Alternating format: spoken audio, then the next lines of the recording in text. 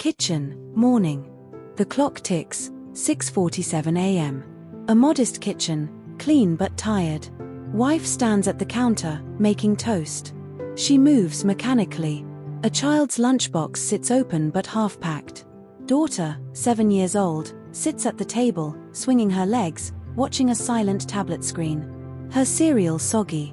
She doesn't eat. Husband enters, fixing his tie. He barely looks up. Husband grabs coffee, mumbles. Thanks.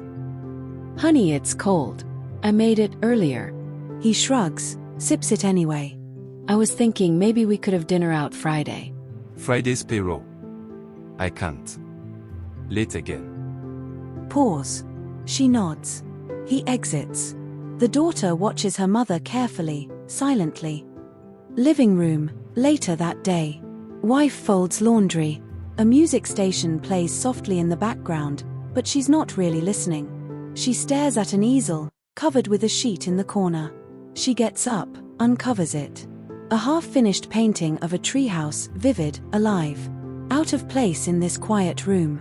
She touches the canvas gently. Garage, night. Dim light. Husband sits alone, surrounded by tools. He sips a drink, staring at nothing. A box of work files sits unopened next to him. His phone lights up. One new message, "Are you coming in?" He doesn't reply. Instead, he opens a cabinet and pulls out a small prescription bottle. He takes one pill, dry swallowing it. Bedroom, night. They lie in bed. Not touching. Facing opposite directions.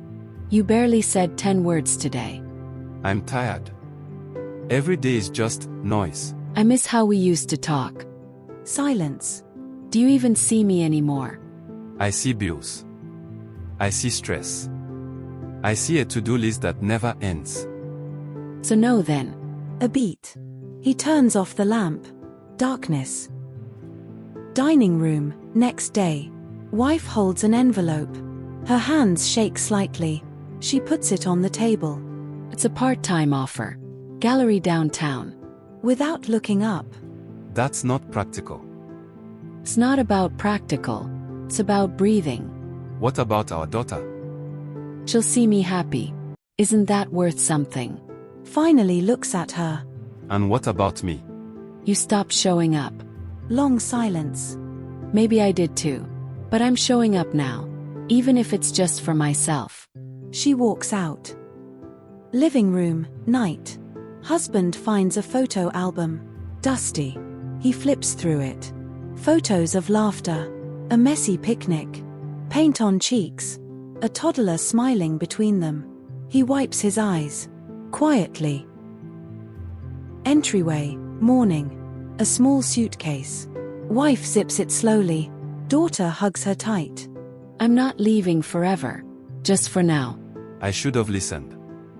She doesn't respond. Just looks at him one last time. Art gallery, months later. A quiet space. Soft lighting. A wall of wife's paintings, bold, intimate, full of life. Husband walks in, hands in pockets. Alone. He stops in front of the treehouse painting. Next to it, a small sign. Rebuilding is sometimes the real art. Love didn't leave. We just stopped feeding it. And maybe one day we'll speak again. Not as strangers but as people who chose to grow, even when it hurt. Husband exhales deeply. A faint smile. Small apartment, night. A modest one-bedroom apartment. Sparse, but clean. A new painting on the easel, bold reds, unfinished. Wife sits on the floor in paint-splattered jeans, sipping tea. Alone. She stares at her phone. Her thumb hovers over a message thread with husband. Message, daughter asks about you. She doesn't reply. Instead, she pulls a blanket over her shoulders and leans back. Family home, kitchen, night. Husband and daughter sit across from each other. 2 bowls of pasta. She pokes at it. Mom used to make the twisty kind. I couldn't find it at the store. I think she's painting again. I think so too. He looks at his daughter. She looks just like her mother. Gallery prep room, day. Wife speaks with a gallery owner, holding a framed canvas. You're not just coming back. You never left. You just forgot you were allowed to be here. She smiles. Grateful. Nervous. I forgot a lot of things. School, day. Husband sits in a small chair at a parent-teacher meeting. Other parents around him. A teacher speaks warmly about daughter's creative writing. She wrote a story about a bird who left her nest to find her voice. Husband chokes up slightly. He nods, smiles. Doesn't speak. Small apartment, night. Wife is on a video call with daughter, who's in pajamas, under the covers. Husband is just off-screen in the background, cleaning up toys. I'm bringing my bird story to school tomorrow. Daddy says he's going to try cooking the twisty pasta again. Smiles. He always forgets the salt. He said you used to make up stories when you cooked. I still do sometimes. I just don't tell them out loud. Pause. You could. Again. I'd listen. Tears fill wife's eyes. She nods, swallowing emotion. I love you, sweetheart. Family home, late night. Husband sits alone at the kitchen table, notebook open.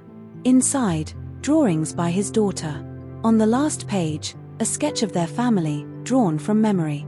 The wife is smiling, holding a paintbrush. He picks up his phone. Starts typing. Text, I miss your stories. I think she does too. He sends it. Waits. Nothing. He leans back and exhales, overwhelmed but trying. Art gallery, night, opening night. Wife walks through a modest crowd. People admire her work. There's a quiet pride on her face, but also nerves. She stands alone at the corner of the room, scanning the door. No one enters. She looks down at her phone. A message. We're proud of you. She asked to hang one of your paintings in her room. She smiles through misty eyes. You okay? Yeah, just a chapter closing. All one beginning. She nods, grateful.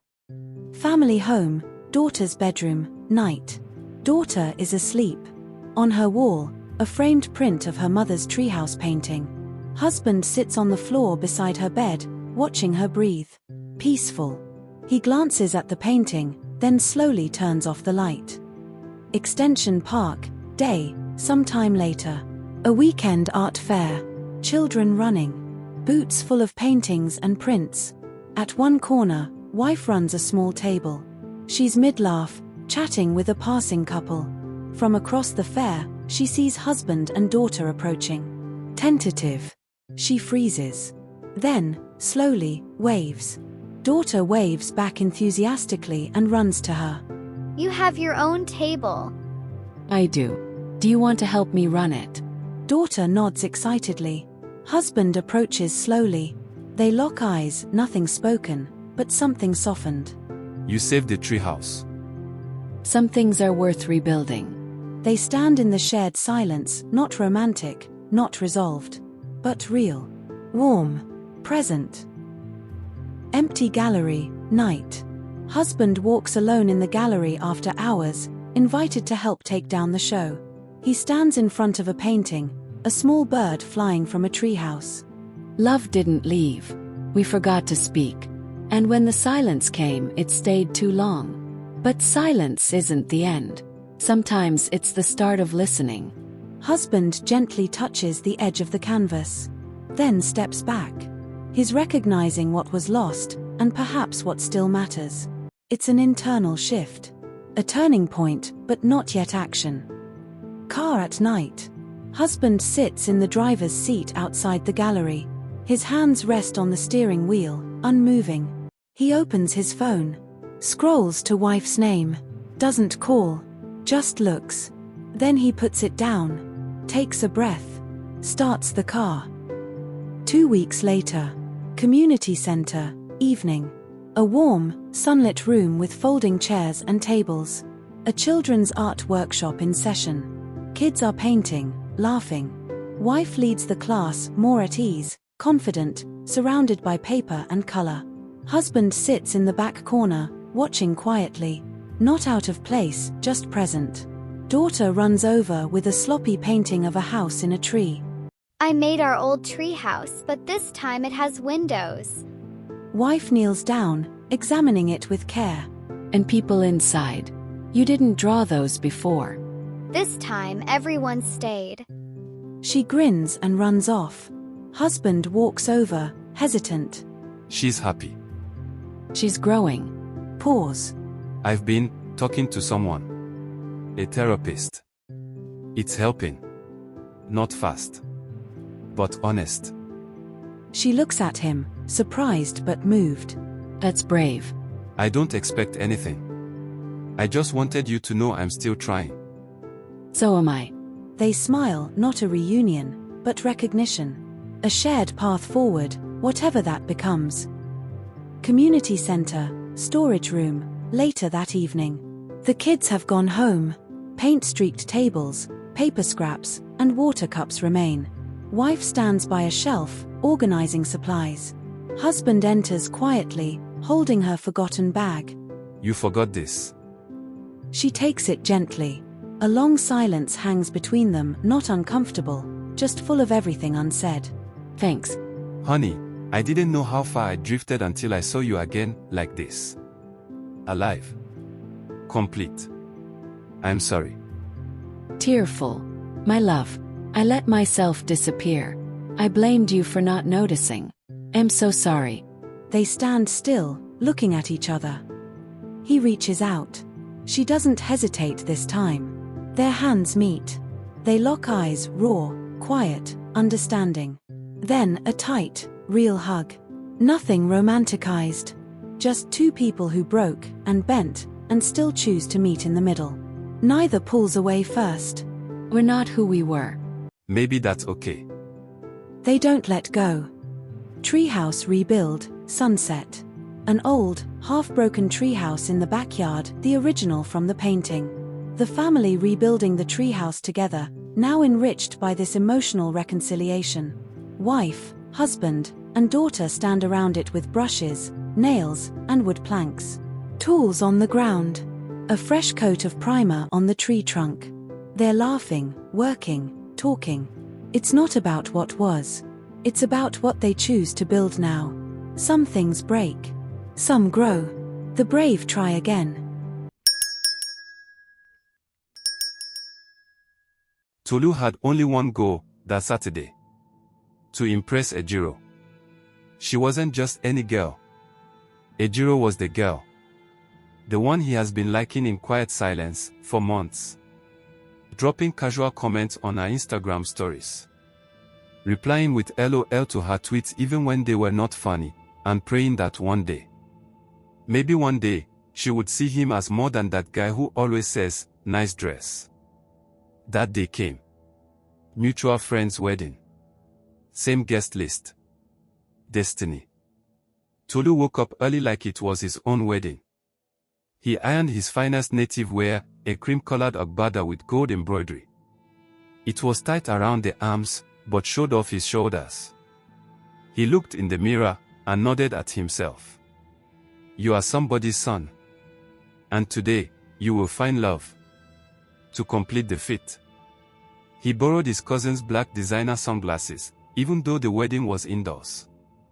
He sprayed enough cologne to send 2 mosquitoes into coma. He arrived just in time for the reception. The music was loud. Guests were dancing, and food was circulating like blessings. Then he saw her. Ejiro. Sitting at a table. Dressed in emerald green lace. Her skin, glowing.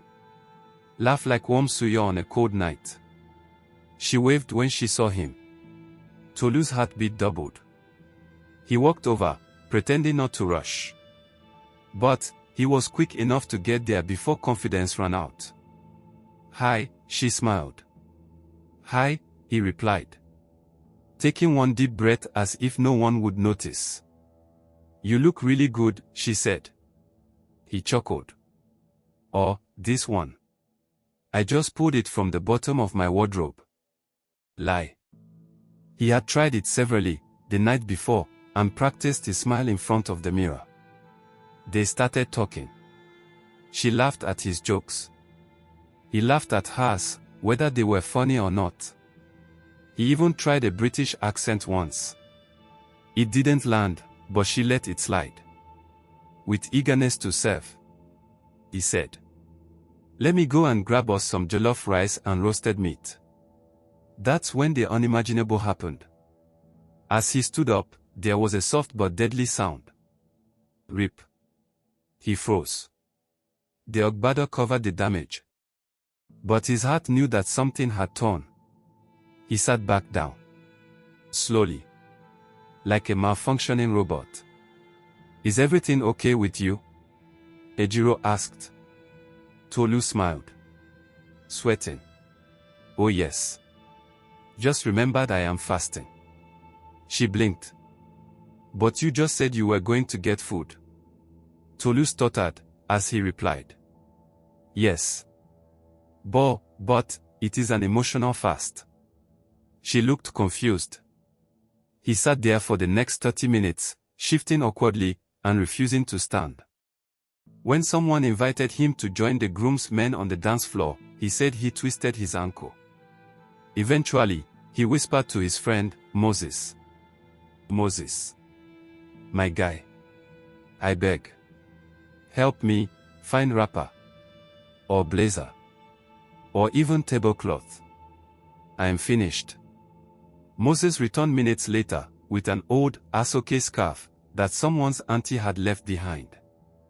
Tolu tied it around his waist like a village chief, and slowly made his exit from the wedding hall, like a man carrying family secrets.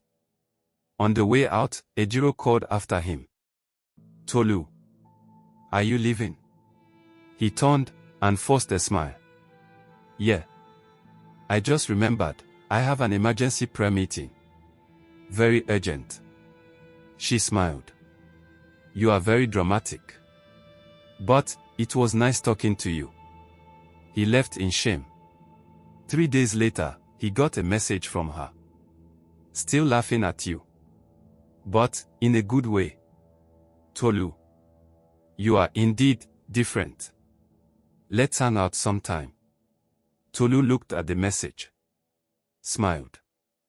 Then whispered to himself. "Wow. So, this is how grace locates a man. Amazing. Whoever thought that Ejiro would ever be interested in a guy like me? This just shows that no one should give up trying. In other words, do not sit down and believe your doubts, or think less of yourself when you really like or love someone. You may never know if they also like or love you too in return. Come to think of it. Even if they do not like or love you, that does not mean it is the end of the world.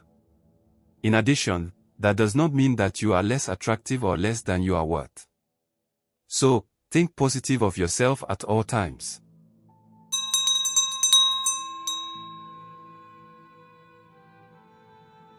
David is a 35-year-old. A production engineer. Handsome, yet with a calm demeanor. Dependable, and thoughtful. He's the kind of man who believes that love is shown through actions, not just words. He grew up watching his parents value mutual respect in their marriage, and he carried those lessons with him into adulthood. Simi, on the other hand, is a 31-year-old lawyer, intelligent, beautiful, charming in her own way, and David had fallen hard for her. They met at a conference and hit it off instantly. David had been dating Simi for just over a year and was going to marry her. Their conversation stretched late into the night, filled with dreams, philosophies, and laughter. It felt like fate had finally dealt him the right hand. From the start, Simi had been clear about her values. She came from a family with strong traditional beliefs, and one of those beliefs was that a woman only took on certain roles, like cooking, cleaning, or washing clothes, after marriage. Until then, she said, she was not expected to act like a wife. Simi insisted it was not out of laziness or pride, but principle. David, wanting to respect her background and eager to make things work, accepted it. At first, it didn't seem like a big deal. He enjoyed cooking, and he didn't mind keeping his apartment clean. When Simi came over, she'd happily eat the food he made, sometimes without even offering to help wash the dishes. She'd stay the weekend, and occasionally, she'd leave some of her laundry, intimate pieces included, expecting David to handle them without question. And for a while, he did. He rationalized it: she's not being selfish. She's just following her culture. It's temporary. When we get married, things will change. He was in love, and when you're in love, you bend. You hope. You overlook. But slowly, the imbalance began to weigh on him. It wasn't just about chores or laundry. It was the one-sided effort. The lack of reciprocity. He noticed that Simi never really asked how his day went. When he was sick, she didn't offer to cook or bring him anything. She was affectionate, sure, but only when it was convenient. Emotionally, the relationship had started to feel like a transaction, and he was the only one paying. The breaking point came on an ordinary Sunday afternoon. Simi had come over, as usual, and after lunch, she casually handed him a small bundle of her clothes. Delicate items wrapped up in a scarf, and said, "Babe, can you wash these for me? I want them clean before I travel next week." David looked at the bundle in his hands, then at her. Something in him shifted. "No," he said quietly. Simi blinked. Surprised. "What?" "I said no. I'm not going to wash your underwear anymore. I'm not your husband. We are following your own tradition. Or have you forgotten?" Silence fell between them like a dropped glass. Simi's expression turned cold. "So now you want to start keeping scores?" David stood his ground. "I do not have a problem in playing the man that I am in your life, to care for, protect and provide for you the woman that I love and want to spend the rest of my life with. But, right now, I say no.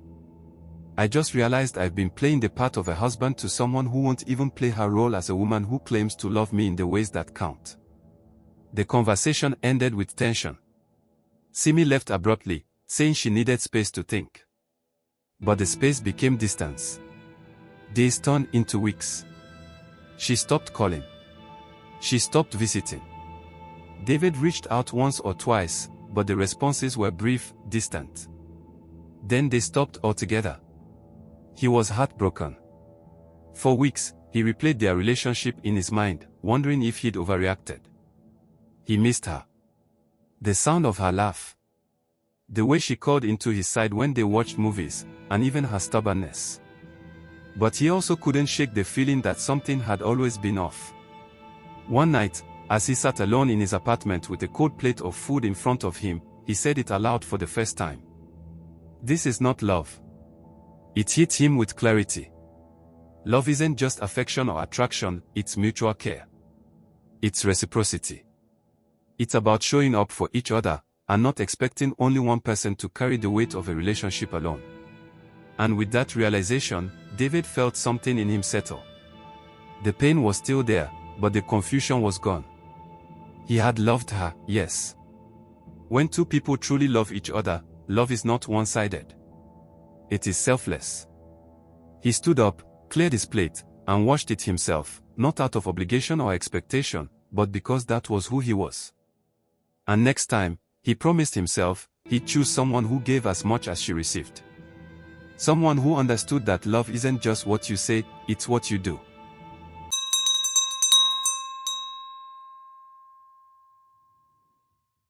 Good morning, my love. Are you heading off to work again already? Yes, baby. Same as every day. Gotta hustle and take good care of you, you know? Sweetheart, I know. But, you're always working so hard. You should take a break soon. Baby. My honey. I know. But baby, you know how it is. I gotta make that money in order to give you the life you deserve. My Amara. The butter in my bread. You know I love you, right? Honey, I know you do, and that's why I'll always love you no matter what. Olatunde heads out the door, but before he leaves, he pulls out his phone with smiles on his face and looks at the screen to see who is calling him. Olatunde hung up the call. He then walks out the door, got into his car and drove off. While driving to the office, his phone rings. It is the same person who called prior. He then picks it on hands-free. Soon, his other phone rings. It is his wife, Amora, calling. Quickly, he tells the first caller on the other phone to hold on. Hey, honey. You forgot your lunch that I left for you at the dining table. Would you like me to bring it over? Olatunde quickly responded and told his wife not to worry. Because he did not want to disappoint his wife for the hard work she put into the cooking, he assured her that he would come home during his lunch to eat it. That actually made his wife, Amora, to feel very happy. After the call with his wife, he began to talk with the first caller on the other phone. Hey, Sade. I'm free for lunch. How about we meet at the usual spot? Hey. Sure thing. I'll be there at noon. Great, I was thinking, I miss our little lunch dates. You've got this way of making my day so much better. Honestly, Amara has no idea how much I care about you. But I think about you all the time. You're amazing. Oh, Olatunde. I feel the same way. I just can't wait to see you later. Me neither. You always know how to make me feel special. You're way more exciting than the whole routine with Amara. You know what I mean, right? I know exactly what you mean. It's like you and I have this secret connection. Exactly. And I can't wait to... Suddenly, Olatunde stops talking as he hears a cough sound from the direction of his second phone, the phone he used to speak with his wife. He just realized that he did not hang up the call after he was done talking with his wife. Quickly, he hung it up, but he felt it was already too late. Amora may have heard everything. Oh no. Wait a second. Oh no. What have I just done? My marriage is ruined. I have spoilt my marriage with my own selfish desires. Amara did not deserve this. I was only trying to eat this once. Oh my God, please forgive and help me. Olatunde, listen to me. What nonsense are you telling me? Are you saying that this lunch you want with me is just so you could use me? Damn you. I hope your wife leaves you.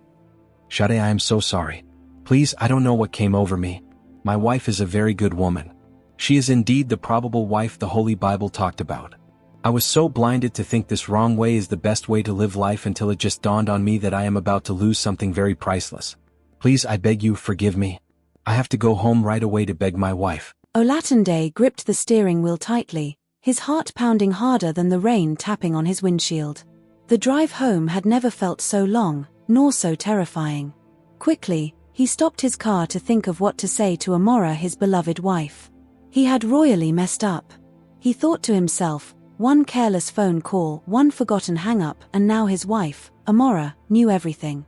Soon, he started his car and began driving. As he turned onto a quiet road, his phone buzzed. It's Obaseki, his best friend and off-the-record perpetual crisis manager.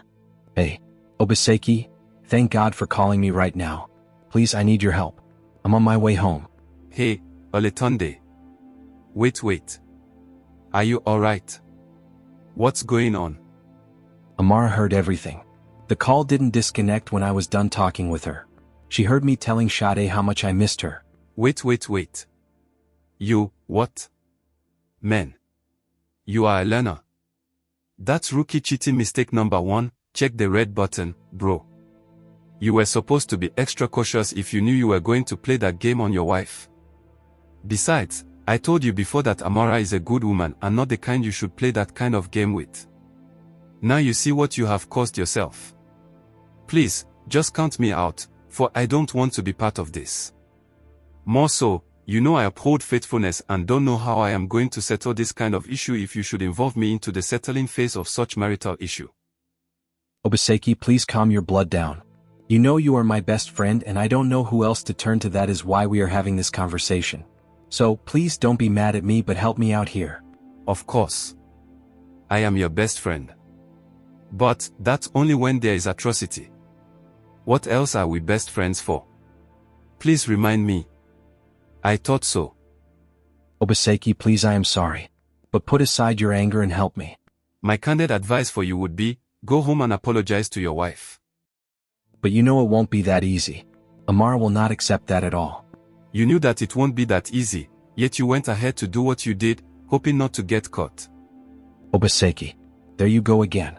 Are you going to help me or not? Well, Since you said what you said about Amora, of which I also know that in as much as she is very kind and has a good heart, she can be very difficult when it comes to things like this. Remember when we were in the university then and you lied to her where you went the whole week? You thought you had yourself covered with that lie until Bimbo mentioned what happened. Obaseki. Obaseki. How many times did I call you? Please, I beg you, don't take me back there. I had a terrible experience and do not wish to be reminded of it. Okay, I am sorry about that.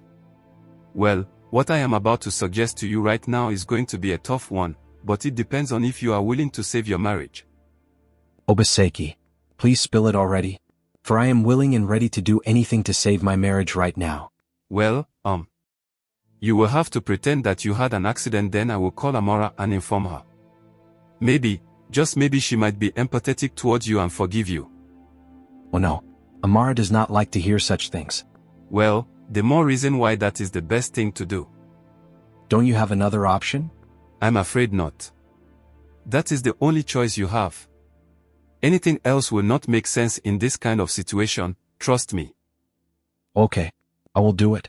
But which hospital will you tell her I am at? Do you know anyone that can make it look real? Of course, just leave that to me. It's as though you forgot our longtime friend, Amadou, who is a medical doctor. Oh yes. I remember Amadou Kofo. That's so true. It's been a very long time I saw that guy. Is he still on this earth? That's awesome. Why did you say that? Were you expecting him to be dead? Oh no. That's not what I meant. But I recall vividly you told me about one Amadou back then in school that had a fatal incident and did not make it. Oh yes, I recall as well. But that wasn't this Amadou. That was Bakare Amadou, who was in mechatronics department. Oh no. Wait a second. Oh. Obaseki. Guess who is calling? Who? It's Amara. Oh no. Oh my. There is a... No. Jesus save me. Suddenly, the call ends abruptly. Hello. Hello, Oletunde. Can you hear me? Is everything alright? Hello. Obaseki tried to call back, but the call would not reconnect. He tried and tried again, yet nothing. He does not know what happened or what to think. Suddenly, Obaseki's phone began to ring. He quickly picks it without looking to see who is calling. For he thought it was Olatunde calling him back. Behold, it wasn't. It was Amora. Hi. Hello. Oh, Amora.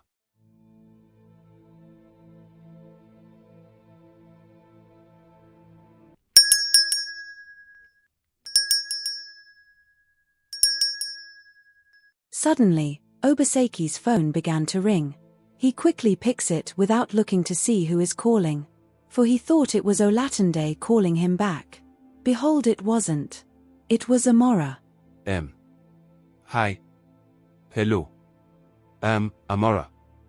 Hello, Obaseki. Good evening. Good evening, Amora. How are you? I'm doing fine. Please, I need your help. I've been trying to reach my husband, but the call is not going. Although, it did go through before, but not anymore. Have you spoken to him recently? No. Pardon me. Yes. We did talk earlier. But the call just ended abruptly. I have tried severally to reach him, but the call is not going through either. This is very strange. I have never had this kind of encounter before, where I would call my husband, and he won't pick or even call me back. I just hope he is okay and nothing has happened to him. Suddenly, Obaseki asks Amora a question. Without Amora suspecting, this question was just to probe if maybe she knew something. I hope so too. I will keep calling to see if he will answer my call. But wait. If I may ask. Did you both have a fight or something? Oh no. Far from it.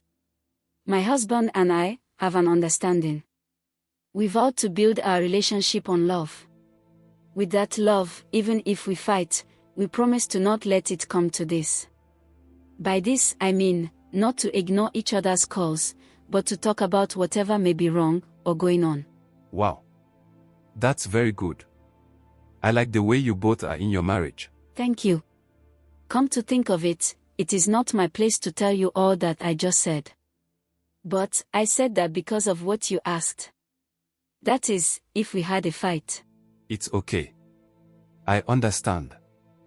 Anyway, thank you for your time. I appreciate. I really have to go now. Please, in case he answers your call, do kindly let me know. If I am able to get through to him first, I will also let you know. You are welcome. I was only helping as a friend. More so, I will not hesitate to let you know once I hear from him. Amora. Please, be at peace. For I don't want you to be worried. Let's hope and pray that he is okay. I am so grateful for your kind words. That which you just said means a lot to me. I will try my best not to worry, God helping me. It's been 24 hours gone already, yet no news about Amora's husband, Olatunde. Now, Amora is more than just worried. She is restless and beyond recognition to even herself. She picks up the phone and calls Obaseki. Hello. Obaseki, can you hear me? Hello. Hello. Amora. I can hear you. Can you hear me? Yes. Yes, I can hear you now. Okay, good. Please pardon me. I have not called you yet because I have still not heard anything from your husband. Oh no. This is not happening. My husband has never gone away like this before. Oh my God. What is this? What is going on? Please, somebody help me. Amora. Please, calm down. I understand how you feel. He will be okay. No offense to you. But, please don't tell me to calm down. More so, how do you know how I feel? How do you also know that he will be okay? Is there something you know that you are not telling me? Where is my husband? Yes. Pardon me. No. I don't know where he is. I was only trying to console you. For he is my friend, and I'm just trying to help. Come to think of it, one of us has to be strong to console the other. So, please don't read me the wrong way because I mean no harm but want to help. You are right. I am very sorry for talking the way that I just did.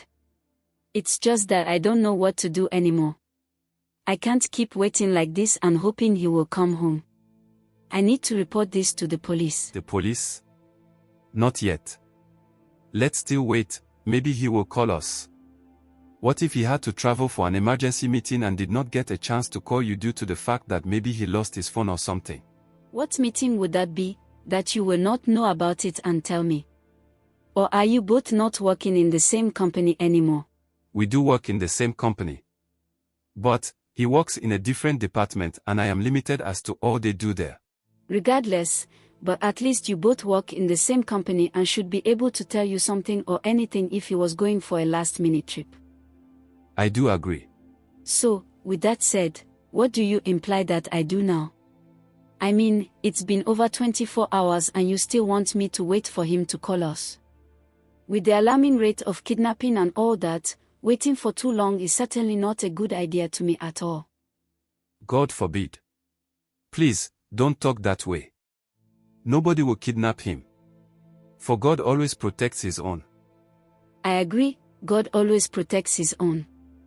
But, that same God you talk about, has given us wisdom to discern when something is not right. This is certainly not alright and I am going to report to the police. With the way the conversation was going, Obaseki certainly did not want to say anything that will raise an eyebrow or any suspicions.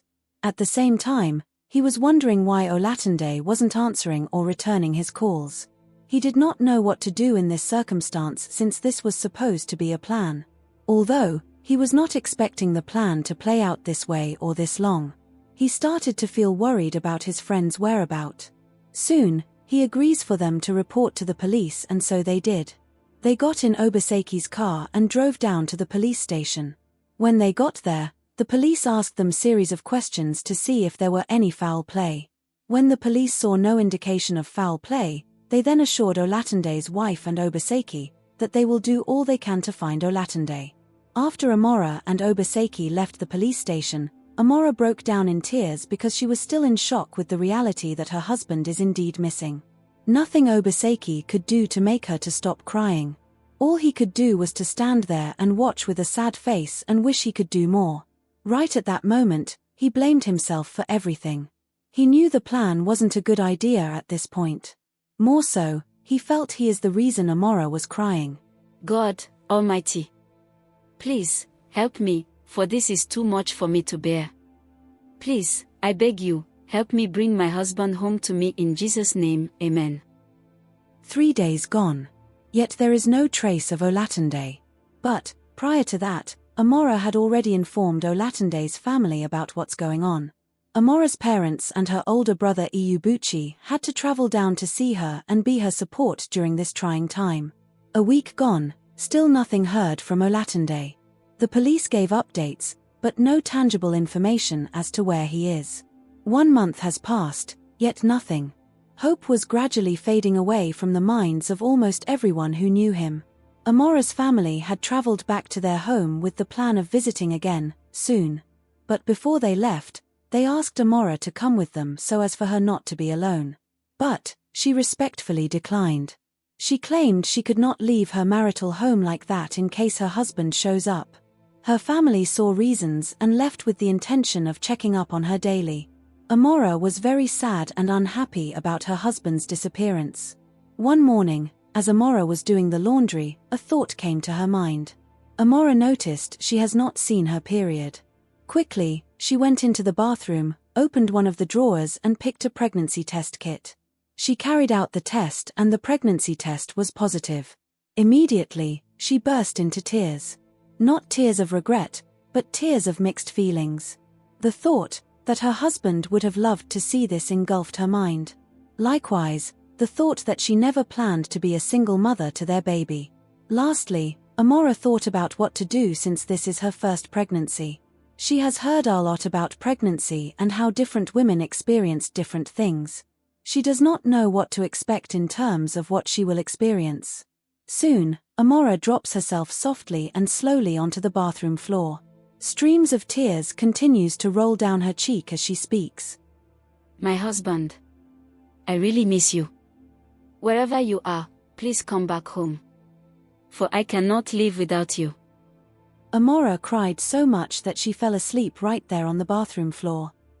Hours later, the door to the living room opens up. Footsteps of someone walking in. The footsteps slow, but steady like someone looking for something. Gradually, the footsteps increases as though they found something.